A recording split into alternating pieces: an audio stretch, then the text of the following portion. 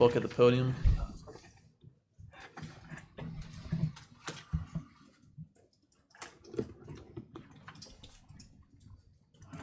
Thank you.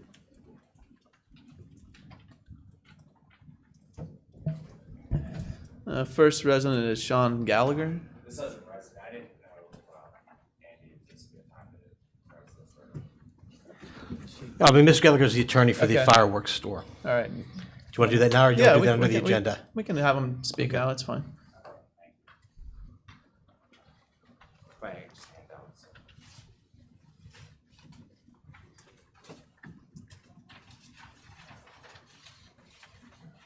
Thank you. How you doing? Thank you. Sorry, it's a little bulky. That's okay. I got it. Thank you.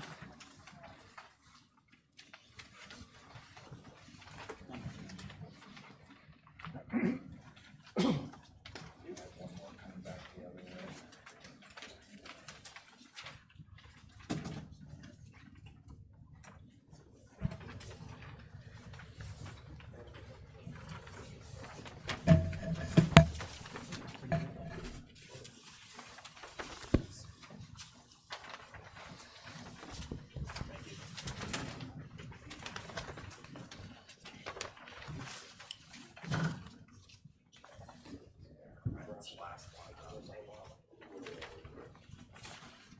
So yeah, I made just enough copies for everyone except for Okay, myself. if you can, just state your name and address for the record, please. Yeah, Sean Gallagher, 301 Grant Street, Pittsburgh, Pennsylvania. I'm an attorney with Buchanan, Ingersoll, and Rooney.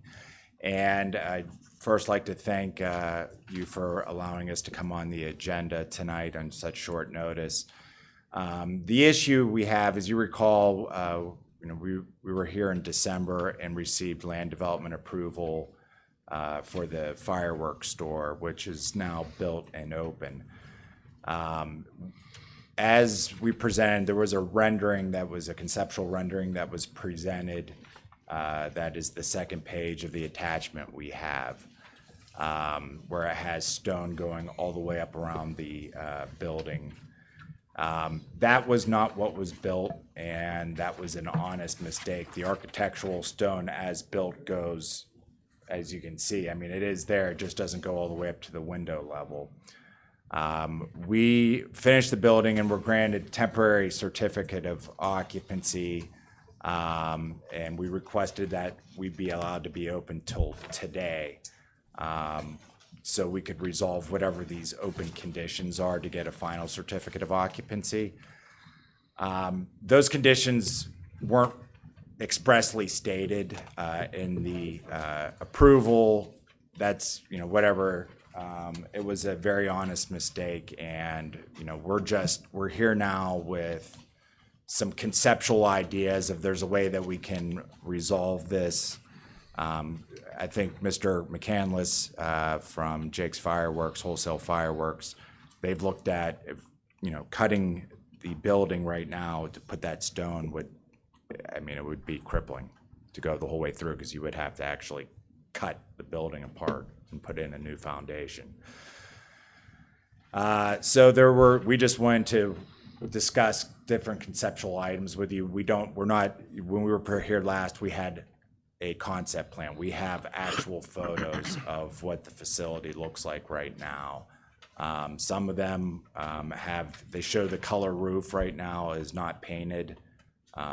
We have red, we have no roof color. We've added a painted stripe as well.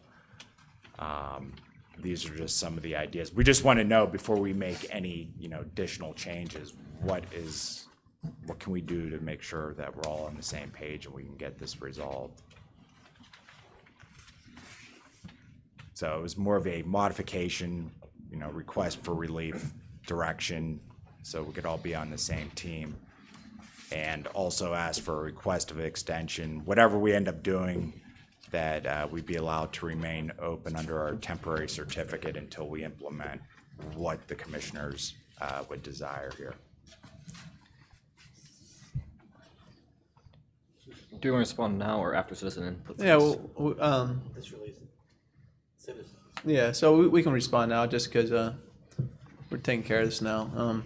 One question I had, do you have pictures of what was presented to us? I believe one of the commissioners asked about the stone. Was that the ones that you gave us a separate sheet here? The second page is Yeah. what was given, yes. Okay. I mean, to me, I'm in the opinion that what you guys presented to us and what the commissioners agreed upon, that's what I would like to see. I believe it was the stone going around at least 3 sides of the building. That's what I would be in favor for, to see what we agreed upon. Yeah, I agree, and I was the commissioner that came across this and presented this to our manager when I drove by the facility, and I was myself and Mrs. Bevan were one of those that spoke out against your initial proposal, because this is at the entranceway to our community, and what you give us kind of looks like a barn. And I love having businesses come into North Huntington, but as we have 20,000 cars get off the turnpike every day, this is the first thing they see. And you said to Mr. Gallagher that the base is stone. It's actually cinder block for the first base, and that's how you guys chose to construct. In the picture, though, it still shows the stone from the bottom of the parking lot sidewalk up to midway through the building. So, as our president said, I'd like to see our building look more like this. I don't think any of these pictures get anywhere near to this quality. I'll let, you want to speak to what would have to be done to the building to do that? Basically taken down, the 3 sides would have to be. Yeah. Yeah, just name and address for the record, please. Greg McCandless, 114 Helton Court, Florence, Alabama, with Wholesale Fireworks. It's my understanding from the initial conversations with the engineers at this point, the 3 sides of the building would have to be removed and then come on top of that with reinforcement to come up the rest of the way with the stone.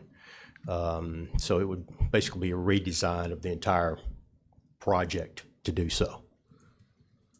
At a substantial cost. Yes, that is correct. And right now, it's not, cinder block is only at the very base, and on top of that, there is stone, very similar to what Walmart and the Target are built out of. It's a split face architectural stone that was used from that point up.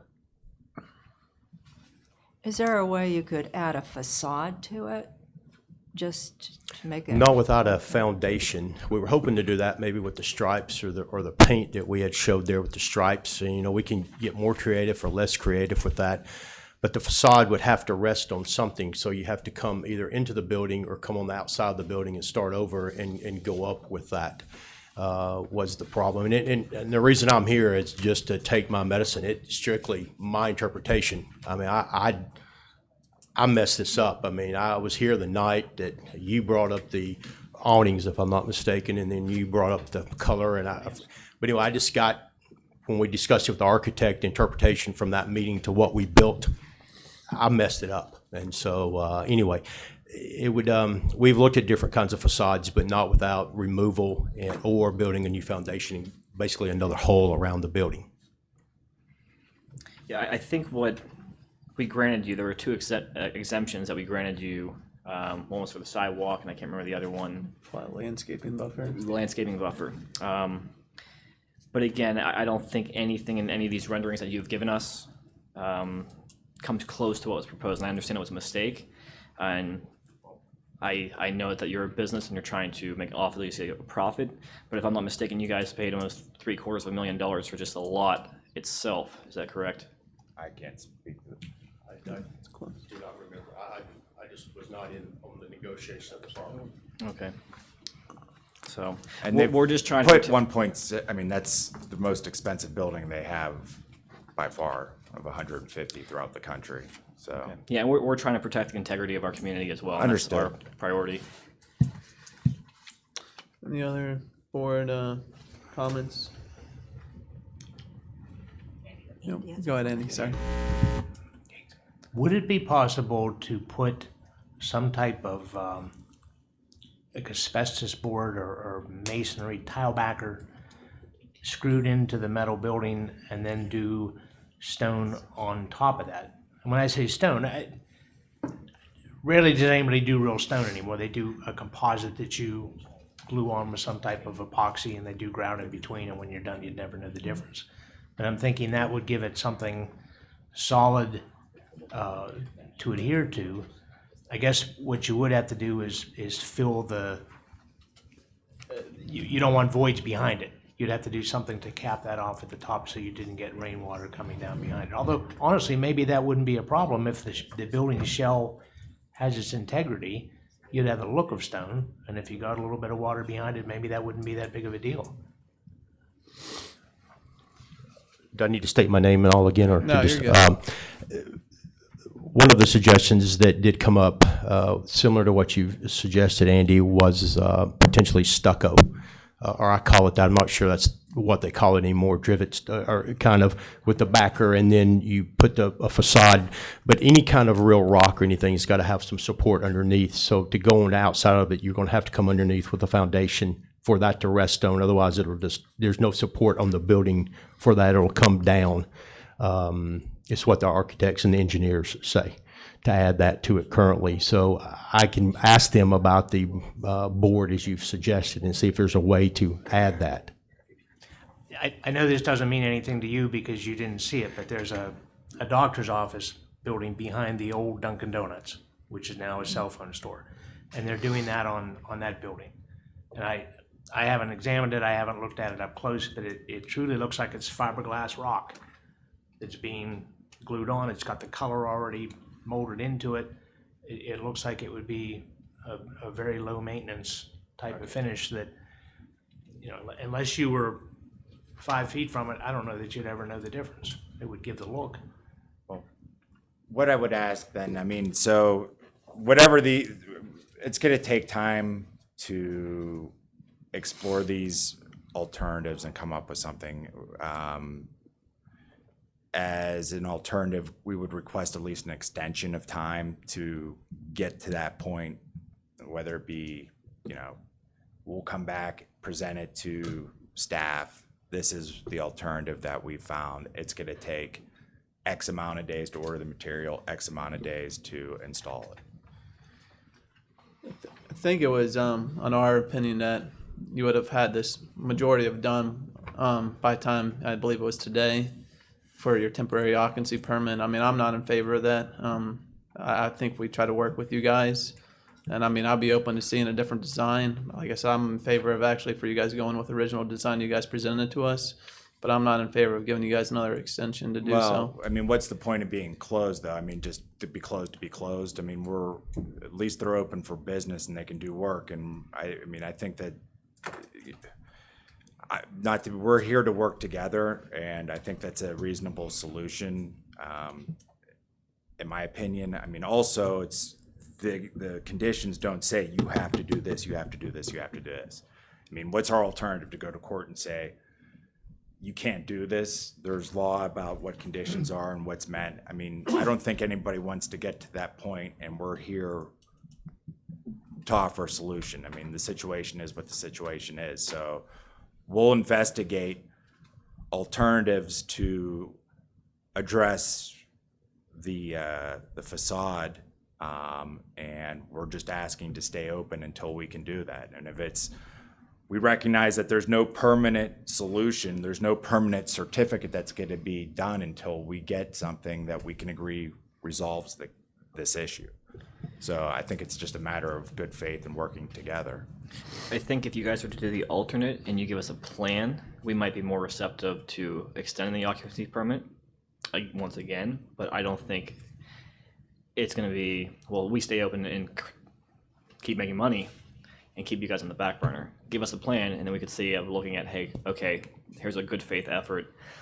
Let's work with these guys. Yeah, so like benchmark it. We give them 30 days from now to come up and present something. And, you know, this is what we can do. This is what we think would do. We'll have it installed within X amount of days. I mean, we're not talking for in perpetuity. I mean, I think that would be reasonable. We have 30 days to come back to you with an alternative solution or what we can do. It would be very similar to what we have today, temporary. We have to be here today, otherwise, you know, if we did extend, it'd be the same kind of extension in my mind, that we have to be here, otherwise there is The intent of us extending that was for you guys to have a project and start on this to get finished and complete, not for us to extend again. Yes, sir, your point is well taken and well respected. And the only way I can best describe this is, the fireworks business is a lot like Santa Claus. It happens on one day, and then when we found out the era, and we tried to switch gears during the building process from the day we were made aware of it till the day, and the builders and everybody said, no humanly way you can switch gears that fast. Just to fix it, as we were already so far up when we was notified that it was impossible to switch. So then, in the fireworks business, 80% of our business takes place at the 4th, and of that 90 is on one day. And you spend the whole year ready. So from the 21st, when we got our TCO, there was not enough time to switch to present tonight for you. Otherwise, we would have done. That's what this attempt we brought you is something to say, hey, is this the way we need to go before we continue with architects and engineers to, in that effort. So I think that we're here. We've always come. And I humbly and respectfully just ask for that. So, I mean, we don't want to take an adversarial position. We're looking to work with you, and that's why we're here. Any other board comments? Yeah, I like Andy's suggestion too, and I've seen that at different places, and you can't tell the difference between real stone and that's facade, I mean, you just can't, so. I don't think we should try to beat you up either. I'm in favor of having all the business we can in the township, and we just want it to be, people friendly as far as people looking at the building. All right, thank you. One other issue was the roof. I mean, it can be painted, whatever, but that galvanized metal can't be painted for 6 months. I mean, that is what it is. I mean, so the facade's something different. I mean, as far as color, we put a black roof on. We gave you a rendering with a red roof. I don't know that. It's not called out in the conditions, but if there's a preference on that eventually, I mean, that seems secondary to the facade. But we wanted to bring that to your attention as well. So if there's a preference, let us know. If you are able to do the facade, would you have to close your business to do that? Or could you do one side at a time and block off that there would area? be a brief time we probably would have to close because of the way the entrance and exits are on the front of the building. We would have to do that for at some point. I'm not sure if it's north or south, from this side away from before you come up to Turnpike, their entrance isn't in on one corner, so there would be a time we would have to close. Yes, ma'am.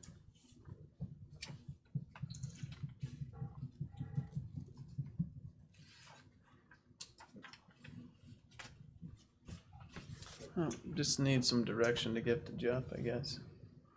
Well, so I think we could hold you to what we agreed upon before with the stone. It doesn't exactly have to be a real stone, like what Mr. Blanco said, something with the drive it or fine stone or wherever that stuff is with the styrofoam backing and then the coating on it. Or I think you could probably look at doing something like that. I don't have a problem with giving you 30 days to come back with a comprehensive plan on what you're going to do to make it look like what we approved. So that's my 2 cents on that. You need a time frame. Yeah. So I no later than We'll come back with a plan within 30 days. yeah And then or sooner. That's just my opinion. I'm one of 6, but. I think 30 days has been, we've already had extension for temporary occupancy permit for how many days now? Since the 21st. Can I ask Mr. Yeah. Blanco one question? Andrew, has there been any communication prior to yesterday's email about needing an extension? No. Okay. Yeah, so I'm just looking at the calendar. The August work session Is the 15th. is the 15th, which is a couple more days than 30, but that's going to be the next time to get together as a group and review anything. Well, it doesn't mean it can't be sent to us prior to that. I'm not being an advocate. I'm just Yeah. saying that would be, unless it could come back by next Wednesday, that would be the next meeting.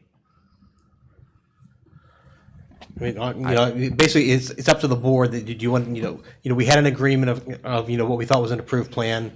At the 11th hour, then an extension was asked for. So now we're here again asking for another extension. So, it's up to the board how they wish to proceed. I'm in favor of you guys coming back for a meeting next Wednesday with full comprehensive Well, plan. next Wednesday, I don't think we can do that by next Wednesday. I mean, 30 days, I don't know that that's possible to come back with a full comprehensive plan. We don't even know what the options are right now. I mean, I'm not trying to beat you guys up, but then what have you guys been doing other than just maintaining under a temporary occupancy permit for the past, how many days? I mean, I don't see any other. They've been plan other working than very just diligently maintain- to get this building done so they could open for the 4th of July, which they have. And if I'm not mistaken, you said the majority of your sales are done before the 4th of July, so potential revenues should be Right. dwindling at this So, point. but I mean, there's still revenues and you're just closing them down just to close them down. So then that just changes the posture Well, we're of not everything. closing them down just to close them down. We're closing them down because the design didn't. Well, match. again, So- I'm not. and I understand it's a mistake, and Well, that too, but also, I mean, they're not without recourse as well, and that's what I'm trying to say. So I don't want to be threatening here, but what do we do? Do we want to go to court and you want to argue over this? That's not what we want to do. So we're here to work with you. And look, I think 30 days to come up with a solution to a good faith misunderstanding of an issue is reasonable. Could it be done quicker than 30 days? I'm sure we can look into it. I mean, you Well, got all we're kinds coming out of here, we wanted to have this discussion with you. I mean, to go back and forth on emails a couple times, makes it hard. I think this is a helpful discussion to have. I don't know. I'm not into the construction business. I would turn it over to Mr. McCandless to get his people on it, as soon as possible. I can't speak to how long that would take. I think a 30-day period would be more than enough time to come up with a solution. And if we come up with something by next week or 2 weeks, as soon as we get it, we would submit it as soon as we have it. I have a question. How long have you known that the building you built didn't meet the design that we approved? Well, so the design that was approved, there was a building plan that was stamped and approved with Okay. what is, okay? And the first time it came to my attention is when Mr. Blanco sent me an email to the effect, I guess, in relation to the one comment that was made by the commissioner. So that's, So you've known it for a while? Owner about June, I say 14th or 15th. I say Okay. owner about, and So I don't this, have that in front of me. okay, I'll give you the 18th. Right. So here it is in July. You knew there was a problem. We did not, this is what we approved. And now you want another 30 days to come up with another design. But I think this is the one we approved. This is the one that I expected to see out there. And you've known for 30 days that there was an issue. And now you're back here asking me for another 30 days. What have you been doing for 30 days? You've already known we've had a problem that you had to solve, and you haven't solved it. okay. So what makes you think that another 30 days you're gonna solve the problem? I just came here and told you tonight that they've looked at it and this is not possible to cut into this building, okay? And we're here to discuss this in good faith. So I don't disagree with you. I understand what I you're mean- saying. But I didn't cause that problem. You guys did. Okay. so the first email that I sent to Mr. Blanco, and I'm not sure how many days it took to relay the message to you guys, was on June 3rd. And that was the first message. And I'm not sure, it might have taken a few days to get over to you guys. And I understand. I would give you 7 days. If you come up with something in 7 days, I know you guys are in the business world, money talks. If it's that important to you guys, you can have it done in 7 days. And some days we have contractors here.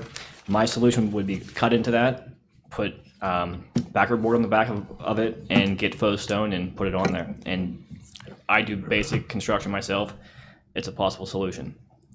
If you guys could do that in 7 days and be back here by Wednesday, I'm putting my offer out on the table. I'm not sure if the rest of the board would speak with me on that. I'd be open to working with you guys. And I don't think anyone up here is not empathetic to your situation. We are, but we have to also hold you guys to the same standard that we would hold anyone else to.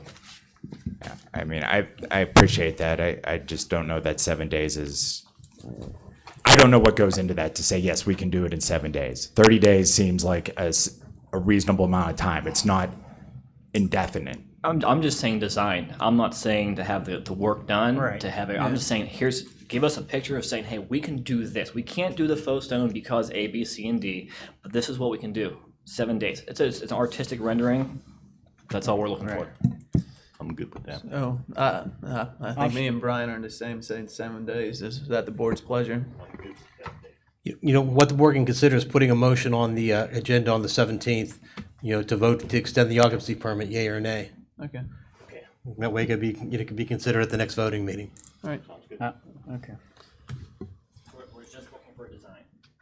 Yeah, all The only right. question I have, Jeff, is their temporary occupancy permit would end today. So we're gonna extend that until our regular meeting on Wednesday. If it's at the board's pleasure, that's what I would suggest, extend it Okay. until the 17th, and Okay. and then you would take an official action. All right. All right, thank you. Thanks. Thank you. All right, continue on to citizens input. Next resident is Janet Seaman.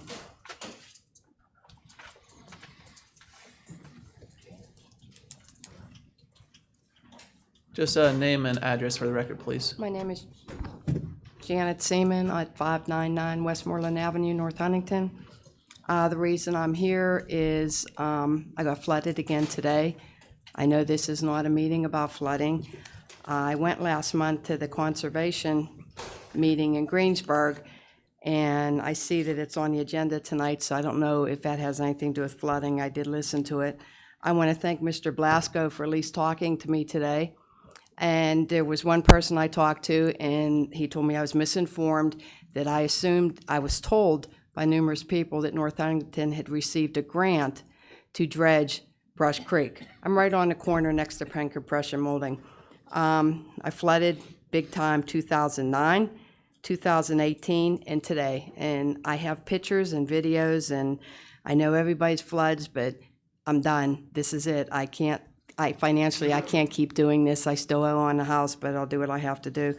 But the grant, I was told, they never heard of that. That UNS had been given a grant to help with Brush Creek, but you had to put up a certain percentage of money, and you voted against it.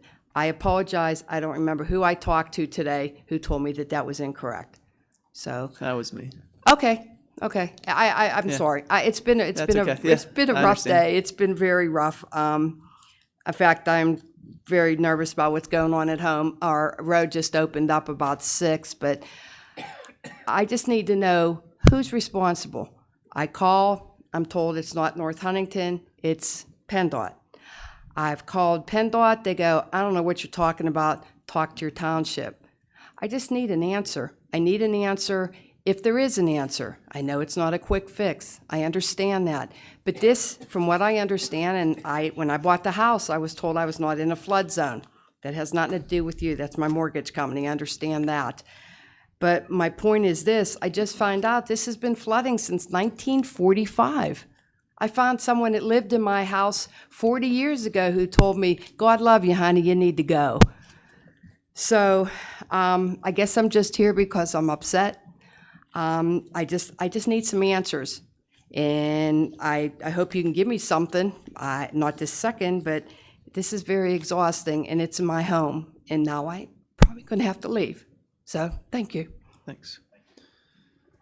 All right, next resident, Steve. If you could just come up to the podium and state your name and address for the record, please. Raise a stop. Sorry, you're a little shorter than I am. Steve Reese, 12239 Roth Drive in North Huntington. Same thing. I didn't catch your name. I'm sorry. Janet. So same thing as Janet. You know, we've had some flooding, and 5 years ago, I know my neighbor Pete and his wife, myself, and another neighbor it was $30,000, and we put a new pipe in, and you know, that was a heartache, obviously, but for 5 years, it's been dry as a bone. You know, it's been phenomenal actually. And then Sunday, I remember waking up hearing this rain, and I thought to myself, boy, this is at least it's really coming down. But you know, you don't have to worry about this. You know, you get it because I said to my wife, it almost gave me like a sense of PTSD, and just from my kids being upset and all that over those years.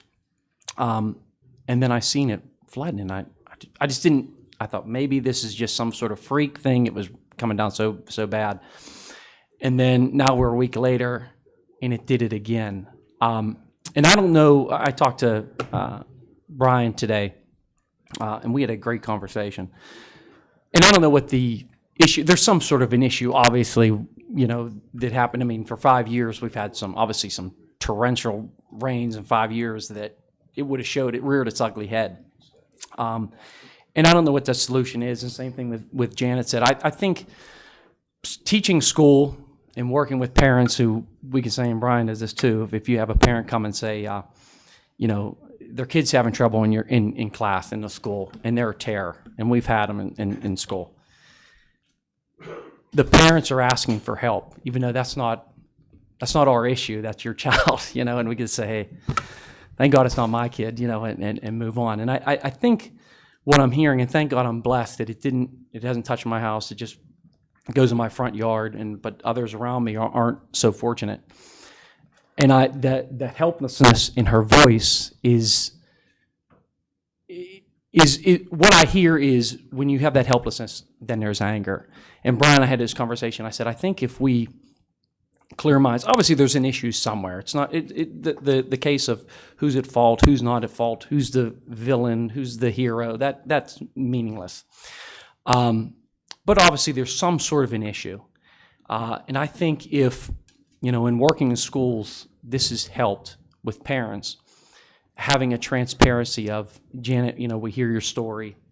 And obviously, and no one's here not going to be empathetic. I mean, the poor woman's here crying tonight. But what can we do to help? I know I talked with Representative Dunbar last time, 5 years ago, and he said there are things out there, but obviously politics come into play too. He said, you know, if I go up there, he goes, I'll tell you right now, he goes, I've worked with different groups that have come through, and he said, you either have the votes or you don't. He said, it doesn't matter if I have a grant that will save all of Irwin it doesn't matter. And I know he was up to help because they did some things in Penn Township. He said it was almost an identical problem. Some sort of, I don't remember what it was, some damming thing or something he said about. But I think if there was some sort of a forum, not even like this, a public forum, because this is it's just the same thing with school boards too, when I talk in front of school boards. And Bruce, you know this, you're on the other side of the thing. It's like a adversarial thing. And I think if there was some sort of, in any areas, whether it's her area or my area, where there's a group, a community platform where the commissioner, the ward commissioner of that ward sits down, and it feels like something's moving forward. I think that's where the frustration I hear in your voice is, it's just, you feel like you're alone, you know, and no one wants to feel that alone. I mean, there is a solution. It's not, we're not capping, you know, a volcano here. Is it a big issue? Sure, it's issues. It's a big issue, but not an issue that is unsolvable. And I just, you know, I ask if, and I said to Brian, you know, I'm off in the summertime, you know, making calls, going to meetings, working with the state, and accepting their help, whether it be, and I know Andy's an engineer, obviously, but I don't know what kind of engineer you are. But, you know, getting different eyes on that. You know, the state has obviously different kind of engineers, and there are different grants and things available that Representative Dunbar told me about, but working together all in unison, not so somebody has to, you know, then I call Brian, and poor Brian's got to try to come up with something on the spot, like, you know, I'm sure he felt bad. There's no instant solution, and I know that. I know, you know, he's not going to, you know, he's not empathetic. Obviously he is. And anybody would be, if Brian had a problem or you had a problem, you know, if somebody had the solution, they'd do it immediately for you. But as a community of people, we're all neighbors here. We all live here. I think if we could just, if we could come to at least agreements where these different communities could at least meet with their ward representative, in a less formal situation, and to say, hey, here's who we're calling. Would you mind calling this representative? Because I know there's pressures that have to be exuded to, community pressures, and then work together. But I think that moving forward, it becomes less adversarial. We're helping our neighbors out. I said, I could say, well, my front yard floods for a little bit and then goes into the wash basin.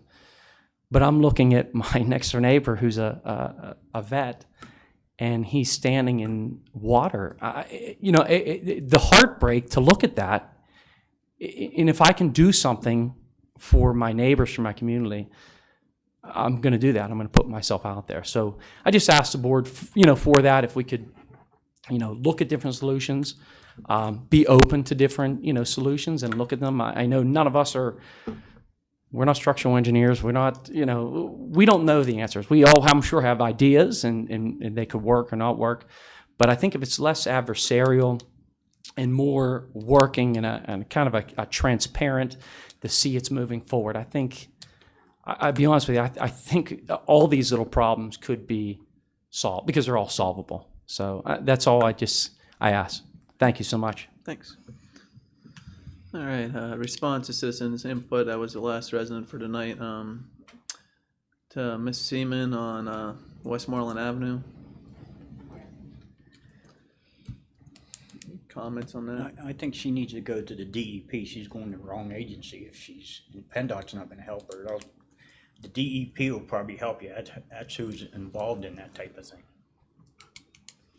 And I understand your dismay, because I remember Steve being up here 5 years ago, and he felt pretty much like you feel right now, until somebody stepped forward and we put pipe down through there and we did the right thing. I think, I'm on my fifth furnace, I'm on my hot water tank, not to mention the neighbors next door, their cellar, they just lost probably about $600 worth of meat in their brand new freezer across the street from me.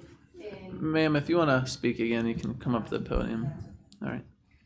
But anyways, I understand, and I'm not saying we're gonna be able to help you, but, I would go to your local representative and tell him that, what your situation is, and, whether it's George Dunbar or whoever it is, and see if they can, put you in the right direction. I would just like to say that I did get your phone call today. We were bailing out my basement as well. Yeah, we're all having. So it's just that we can't stop the rain. It's going to come no matter what we do. So, but I'm sorry I didn't have a chance to get back to you. Well, excuse me, we're familiar with this. You're the corner house there on 993. And I think we had a discussion in 2009 after the flood when you called here. So we felt as though there really aren't good answers here, unfortunately. You wish there was. It's a substantial stream, as you know, and what impacts that stream goes so far up, involves such a big watershed that there's not really a good, easy answer. It's very difficult. It would be way more than the township. Might involve a Corps of Engineers project or something like this. But there was no offer to dredge or anything like that. I can tell you that. Yeah, that's, so. I mean, as far as when I spoke to her, as far as I was aware, there was no type of offer or something of that Yeah. nature put in place. So I mean, we did spend a little bit of time in 2009 and thinking. I mean, this is just there's not an easy answer for this being so close to such a substantial stream. I know, excuse me, I know the sewage authority, WWMA, is going through that creek, and I believe they've been cleaning out that creek as they've been going, dredging it the best they can, but I don't know how far up they go. I know they have a permit to do it. I don't know how far up they go, and they might be able, I think that sewage line is going to Manor, I believe. Is that right, Andy? And I think they've been cleaning that creek out as they go, so that might be, something to look into, go down there and check with them. I had dealt with about 4 hours of phone calls today alone, and Steve and Janet were both on part of those conversations. They were both very friendly to talk to. I think one of the issues that we're still seeing happening, and Rich, thanks for your help the other day on Monday when you cleaned up the drains Monday. But the situation at Harold Drive where we have our pipe, now Jeff informed me that the resident that was working towards replacing the pipe that runs underneath the ground is now deceased. So that puts those residents on Harold and somewhat on Adams in hiatus. And a lot of those residents have spoken here many times, I think are frustrated and they're just done showing up at this point. Though I talked to them in length today.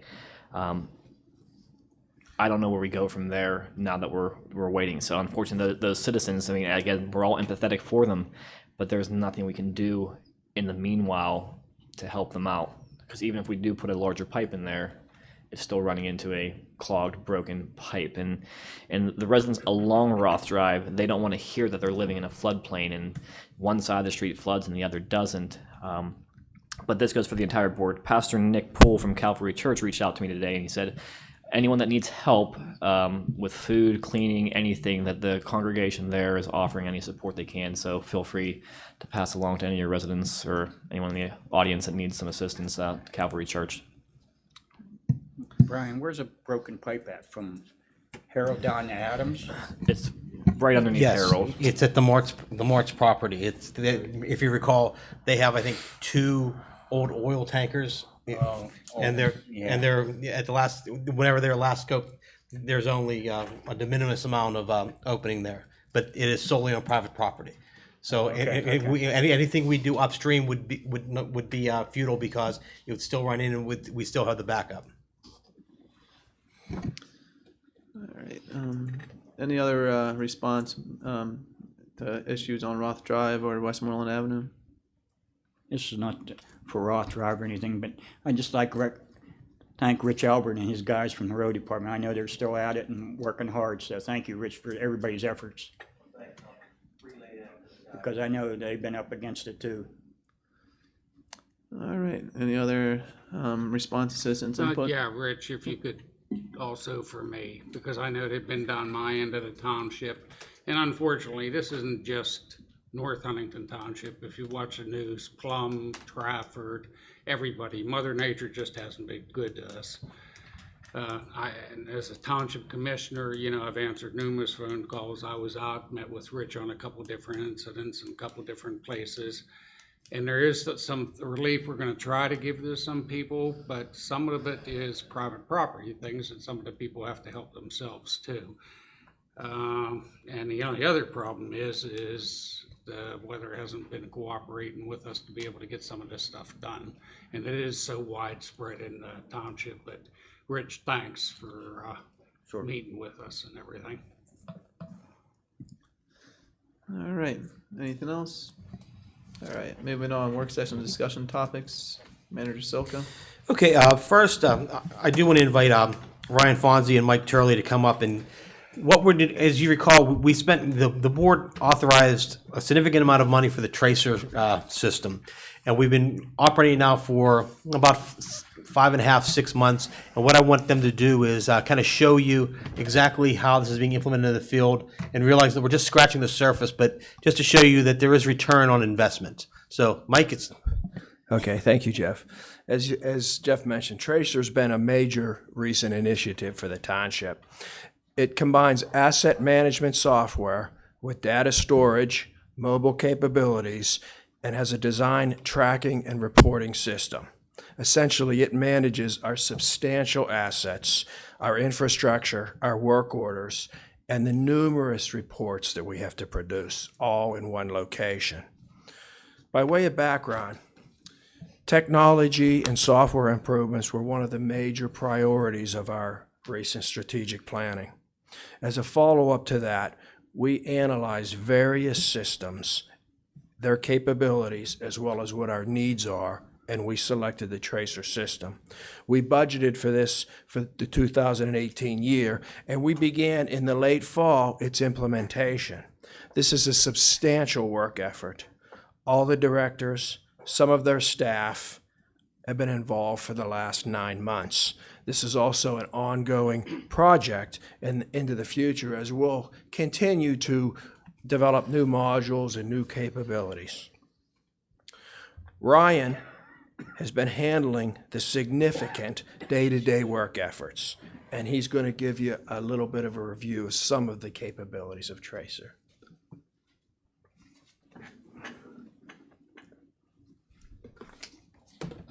Good evening. Okay, as Mike said, we've been working on this for over 9 months. We did some data integration, migration through Christmas, and then in January, we actually started using this. So what is Tracer? Tracer stands for Tracking Real-Time Assets, Infrastructure, Systems, and Reporting. Tracer is a web-based GIS designed to help multiple users efficiently manage assets and information. And being that it's web-based, it can be accessed from our desktop computers in the office or from our tablets and phones out in the field. Tracer is composed of several different modules, and the 3 modules that we've been using since January are Asset Central, Work Central, and Permit Central. That's not a typo, that's just how they spell central. I don't know if they have something against vowels or something.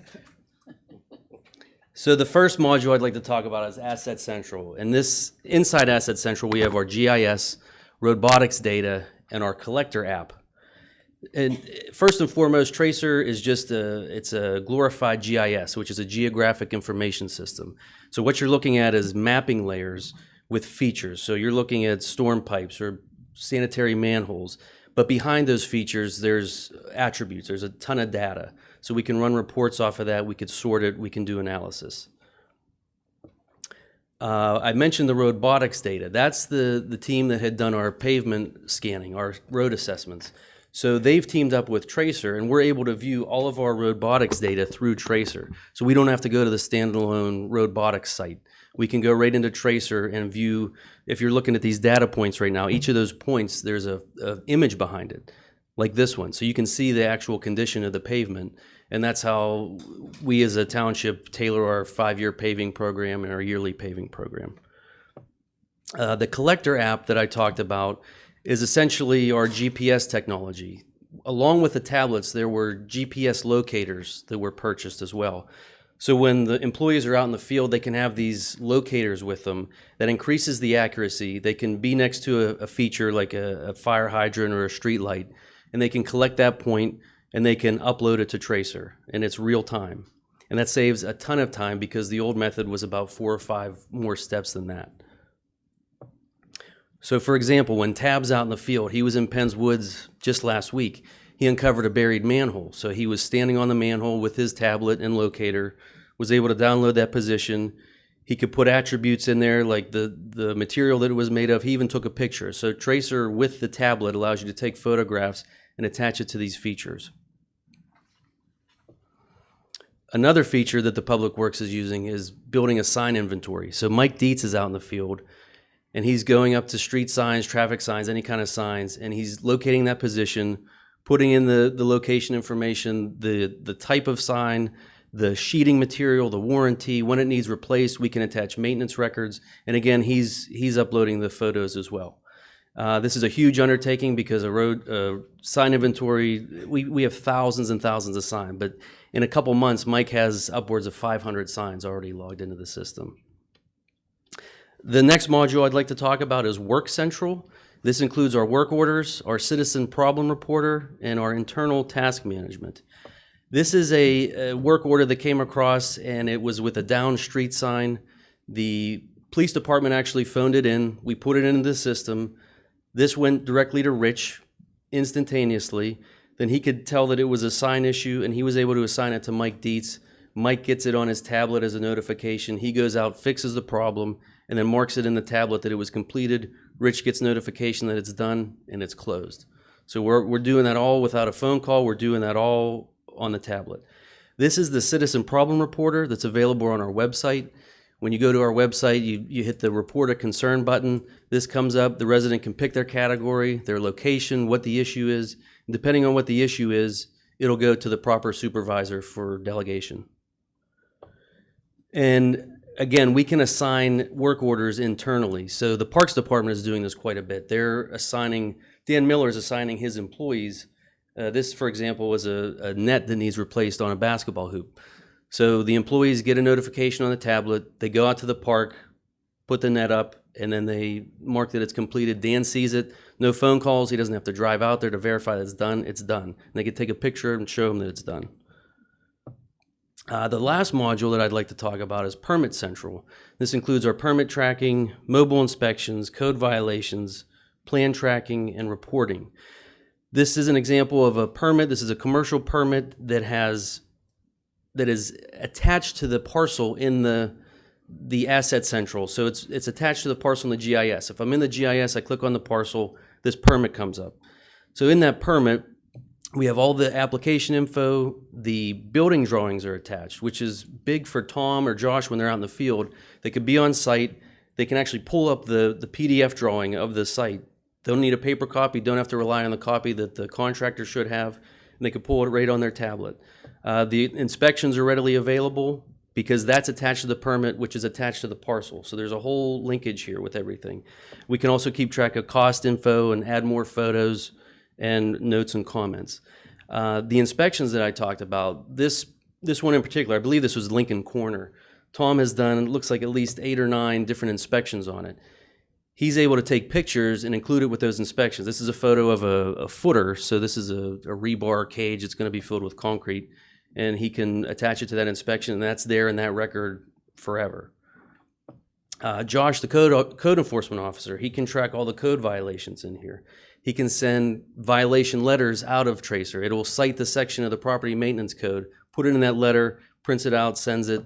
And he also is tracking high grass accounts, which actually spreads over a couple departments because we get the high grass, then we send it to Dan when it needs cut. He sends it back with the labor information. Then Nancy, back in planning and zoning, can lien it. And then we start the lien process, which involves Dice's office and then the county. So that's all handled within Tracer. Our subdivisions and site plans and zoning hearing board cases. If somebody comes through with a boundary line revision, this is where we track it. We assign it an ID number, the date they applied, the meeting schedule that they're going to have to hit. Everything that the life of that plan will be tracked in here. And then, as I mentioned, reporting. We have probably about 24 reports that we can produce. Most of them are based off of the building permits, but we have other budgeting permits. There's fee reports, census reports, all within the Permit Central.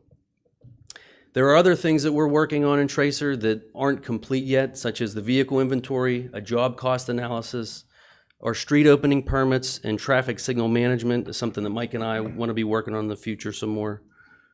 A project this big is going to have some challenges. So there were a couple. This being a new software program for everybody can be intimidating sometimes, but I think overall all the employees are doing pretty well. What I've gathered dealing with Tracer almost on a daily basis is that we are sort of a big client for them, and we keep pushing the envelope of what can this software do. So they don't want to tell me no, but they'll say, yeah, we need time to develop that. So there's been a little bit of lag time in some of the things we're asking for. There's been some technical issues, as with anything.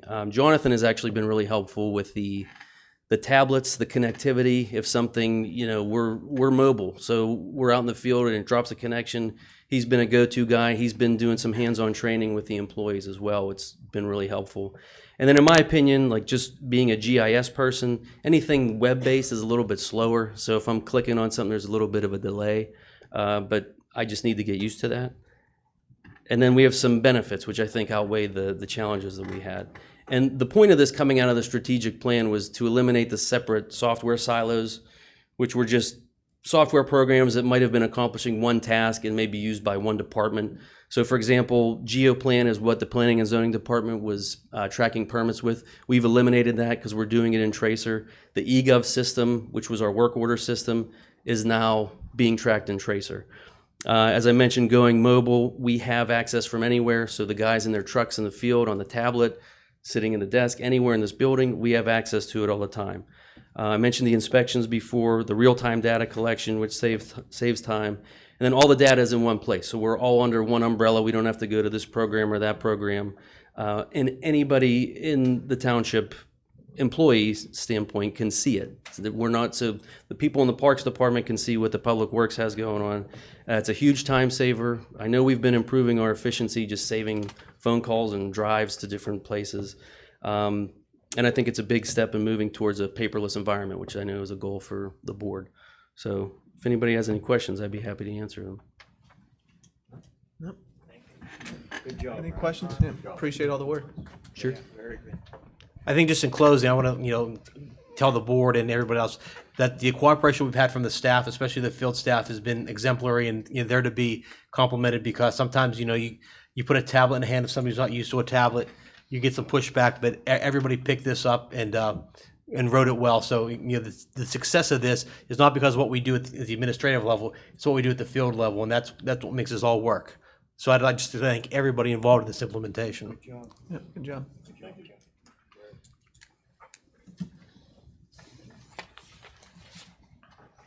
Okay, let me just bring my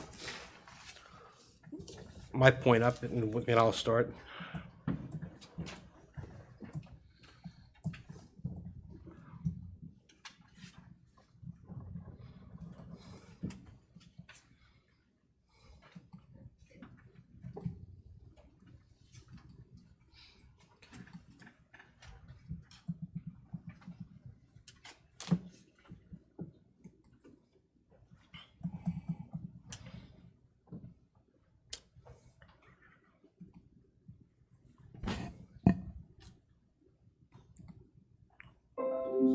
Okay. What I'd like to do today is go over the second quarter review. As I told you, I like to do these things, starting from the second quarter and then through the fourth. And I'm happy to say again, this was a quick, easy review to start, because we are trending, as you can see from the graph. As usual, our revenues are outpacing our expenses, and we are on track with in all our spending categories. If you see this year, we've brought in to date $8 million, about $8,090,000 in revenue, and spent out $6,122,000 in expenses. All of our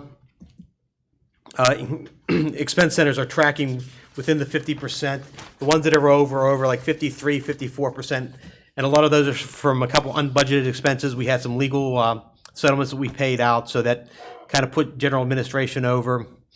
And building and grounds, we're at 60% right now, but that's attributed to the timing of the bills we received from the 2018 capital projects. They started late, so we didn't get them, and we do account for our expenses on a cash basis when we pay them. So that's why they kind of bled over. So we're going to have to do some adjustment to show that whenever we do our capital projects for 2019, we're not completely overblowing our budget, but mainly the conference room and the work from the lift has kind of pushed us over. Revenue is outpacing prior years, and that's kind of interesting because we're actually 15% lower on our real estate tax collections, but I'm not worried about that right now because nothing in the expense that I'm worried about. Going forward, probably some of the issues we may have is it's raining, and it's raining at an unprecedented level. So I'm going to be expecting that we're probably going to see more landslides coming up as this goes through, and possibly drainage repairs. Now, one positive that I want to share with the board as I bring this up is, as you know, we did an RFP for banking services. And with that, we switched to Somerset Trust. And last year, in our general fund reserve account, which we average about a $3 to $4 million balance throughout the year, we received $13,000 in interest. This year, from March to the end of June, we received over $30,000 interest in that one account. So that is not a special account. That's the rate they gave us. What we're doing here is we're seeing investment grade account returns on liquid, basically money market checking accounts. So we don't have to, flip money from Pliget or another service to pay bills. This is in our bank, in our fund transfer, and by simply changing vendors, we're going to reap, very much profit from it by doing nothing more than banking down the street. So This is an easy one. I'm not going to spend much time on it. We're trending well. We're within budget. The department directors are managing their budgets well. And as we're going to start next month on the budget process, you're going to start seeing a lot more of the financial presentations and a lot more of where we can, cut, reconfigure, and redistribute money to expend more. And we are making, and you'll see through the process how we have economized in a lot of departments. The interest being one, and we got a couple other ones we're going to show you that we're very proud of what's happening. Working within the scope of the budget that we're provided, but not cutting back any services. So that's the second quarter financial review. It's a small, easy one. I'm happy to give you. I'd be glad to answer any questions. Any questions or comments? All right. Yeah, thanks, Jeff. Thank you. The next one is the Conservation Partnership Agreement. This basically is an intergovernmental agreement to work with the Conservation District on stormwater, on plan reviews, MPDS permits, and MS4 issues. This is a 5-year agreement that was actually passed by the board in 2016. However, it was never executed for some reason. So I felt that since so much time has elapsed, new board members, I wanted to bring this back to the board to get approved.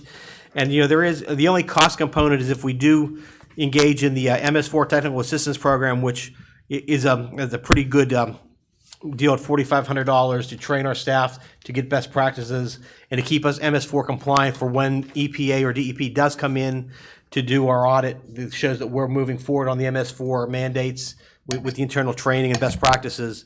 I'd like to recommend that the board, put this on the agenda for approval with Addendum A at the next board meeting. Sounds good. Anything else, Manager Solka? And that's what I have for the current business. Okay. And, I'm sorry. Yes. All right. Plan and engineering topics, Mr. Blanco. There's just one minor item to discuss tonight. This is a subdivision plan revision in Willow Estates Phase 3.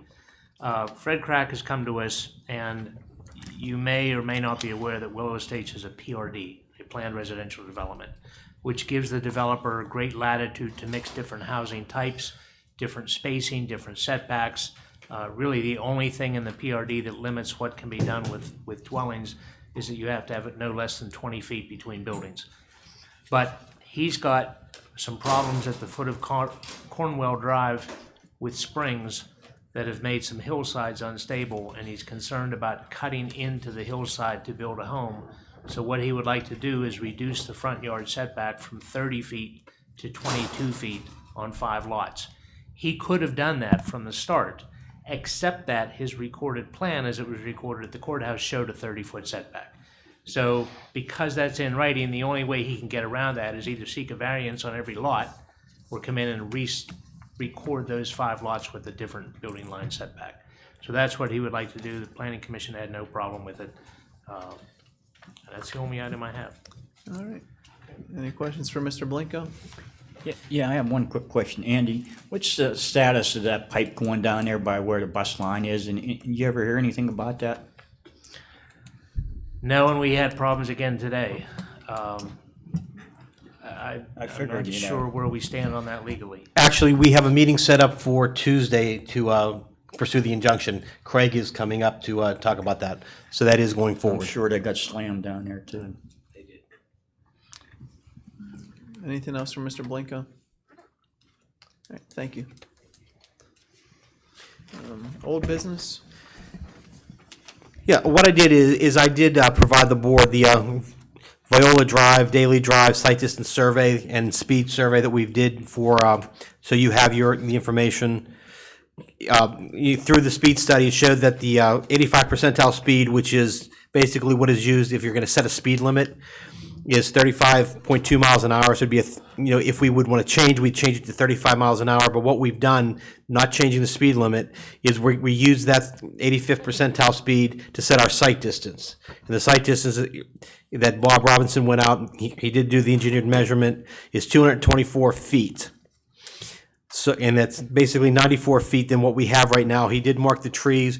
We are working with the property owner to try to have the most amicable way to do it. Chief Rizzo and I do have a meeting with him next week on site to make sure this is done, so we don't have to, go through a litigious process, or, so we're trying to work with him. I feel that he's going to be working with us, but I just wanted you to have the data and the speed data. If you look, there were 6,000 cars from June 17th to June 21st.